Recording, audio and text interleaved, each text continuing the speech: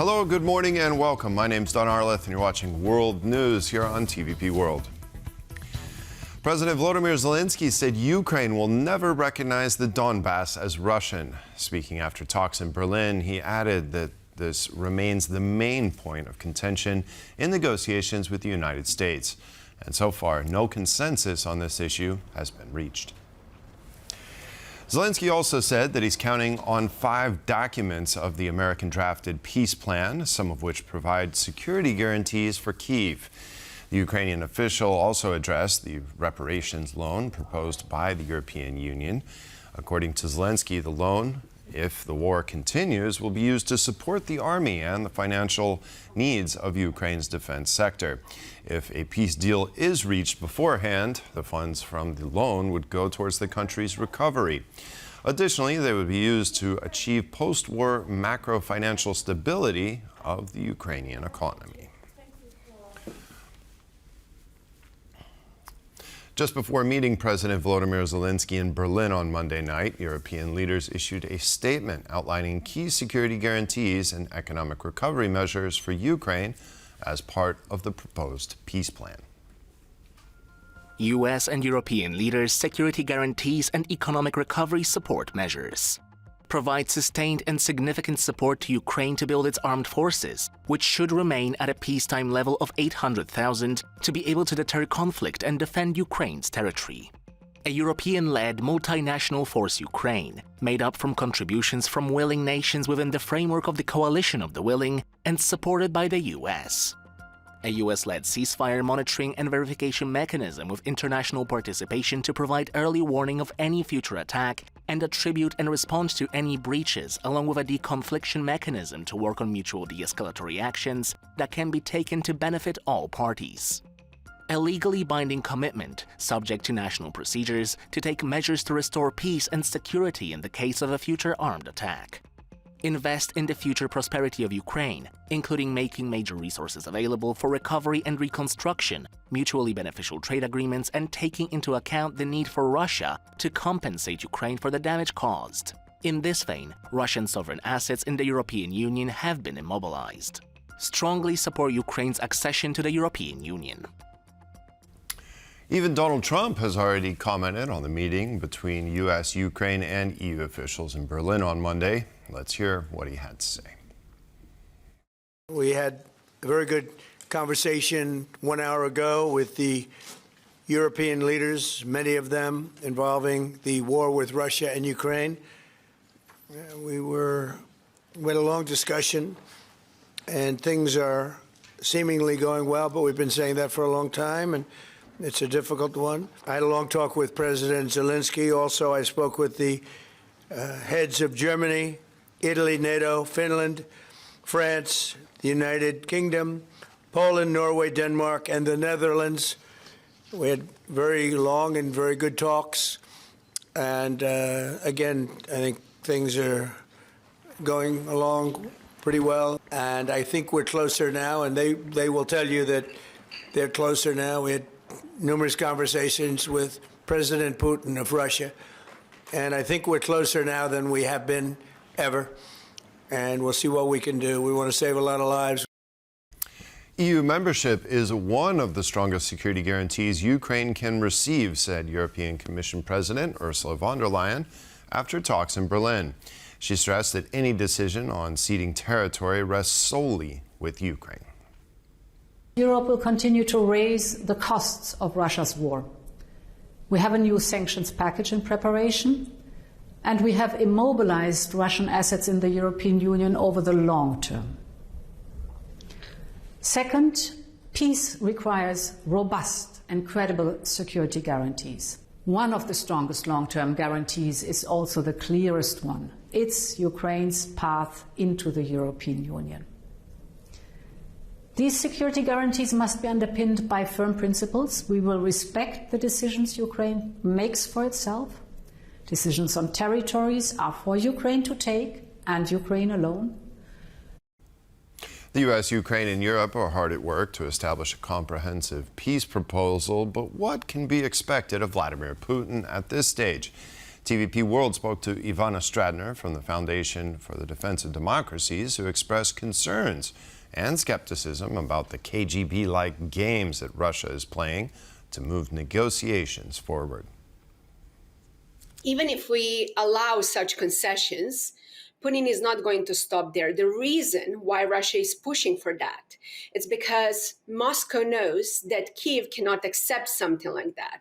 And they likely portrayed such a deal to the Trump administration, believing if they just give up, the part of territory, that is going to bring Putin closer to the negotiation table.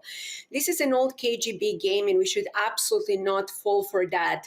And that's precisely why I'm very, very concerned, here in Washington, D.C., hearing over and over again that concessions when it comes to territory, that they are going to bring more peace. Because, look, history is an indication. We already know what happened with numerous other agreements that Russia had with Ukraine, and it violated. So I don't understand why people believe that this time around Putin is going to change his behavior.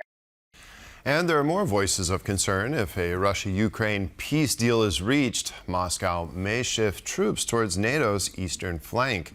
The Finnish Prime Minister warned in an interview with the Financial Times. According to the Finnish leader, Moscow and Kyiv striking a peace deal is no guarantee that Russia won't pose a threat to European security. He went as far as saying it's obvious Moscow will move its forces closer to the Baltic borders, calling for more support from Brussels. He urged other European countries to increase their defense spending to show solidarity with the eastern flank states, which have already considerably hiked their expenditures.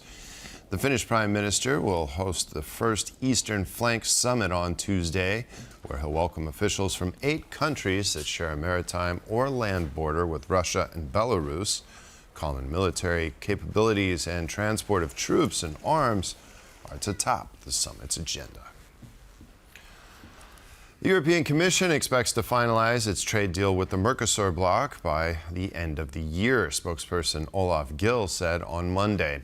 EU leaders could sign the deal as early as Thursday, but that just happens to be the same day that tens of thousands of farmers plan to protest in Brussels. The Commission's expectation remains to sign the EU-Mercosur agreement by the end of 2025, subject to the completion of Council procedures. While it is for the Council to decide on next steps, in the view of the Commission, signing the deal now is a matter of crucial importance, economically, diplomatically and geopolitically. We believe this deal is a question of utmost importance for our European Union, as I said, economically, diplomatically, geopolitically, but also in terms of our credibility on the global stage. And on that basis, our expectation remains to get it over the line before the end of this year. This Tuesday, the European Parliament will award the 2025 Sakharov Prize to representatives of this year's laureates, to imprisoned journalist Andrzej Poczobut, who holds both Polish and Belarusian citizenship, and Georgian Mzia Amaglobeli. As both of the laureates of the 2025 Sakharov Prize are unable to attend the ceremony in person due to their imprisonment, their representatives will accept the award on their behalf.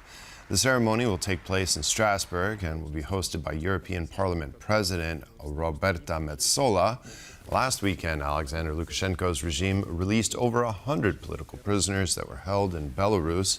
Polish authorities were hopeful Andrzej Poczobut would be one of them, as they've been pushing for his release. However, the Polish-Belarusian journalist remains in custody. The Sakharov Prize for Freedom of Thought is an honorary award granted by the European Union to individuals and groups dedicated to fighting for and defending human rights. Their courage has made them symbols. Teen mental health issues have been climbing for over a decade, and some experts are asking, how much is social media to blame? As Australia enforces a world-first social media ban on young teens, Copenhagen is looking to follow suit, pushing for a minimum age of 15 on certain social media platforms. Sonia Agata-Bischan explains. Denmark could be introducing a social media ban for under 15s as soon as mid-2026. The move is rooted in desire to better protect minors online. We're standing in a situation in Denmark where far too many young people, far too many children are having a profile on a big social media platform. Danish authorities estimate that approximately 98% of Danish children under 13 have at least one social media profile. The country's digital affairs minister said Denmark must move from digital captivity to community, but some experts have doubts if this is the way to go about it. We have known for 20 years that big platforms prey on children's attention. We should have been much earlier in providing good rules, and it's not a good idea to now force children to suffer violations of their communicative rights just because we didn't have the energy and political ability to provide good rules earlier. In imposing the regulation, Denmark would follow suit of Australia, where social media ban for under 16s came into effect on December 10th. Make no mistake, this reform will change lives for Australian kids and allowing them to just have their childhood. And while some agree, I personally think it'll bring closer friends together easier, because rather than talking about things that are happening online, things that are actually happening in their lives. Others have less faith in the significance of the new measure. Kind of like pointless. Like, it's just like we're just going to create like new ways to get on these platforms. A Danish MEP expressed enthusiasm about Australia's ban, indicating that it will serve as guidance for Europe. I'm happy that they also have the same analysis as I have, that we need to protect kids better for what is taking place online.